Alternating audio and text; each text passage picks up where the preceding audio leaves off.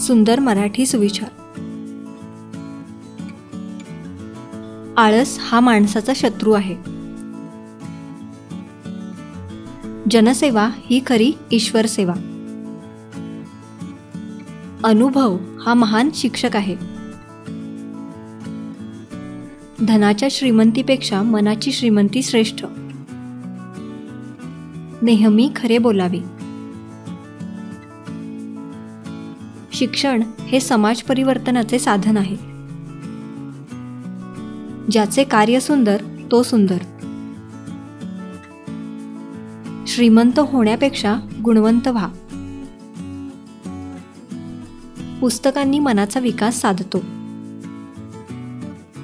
एकी हेच बळ.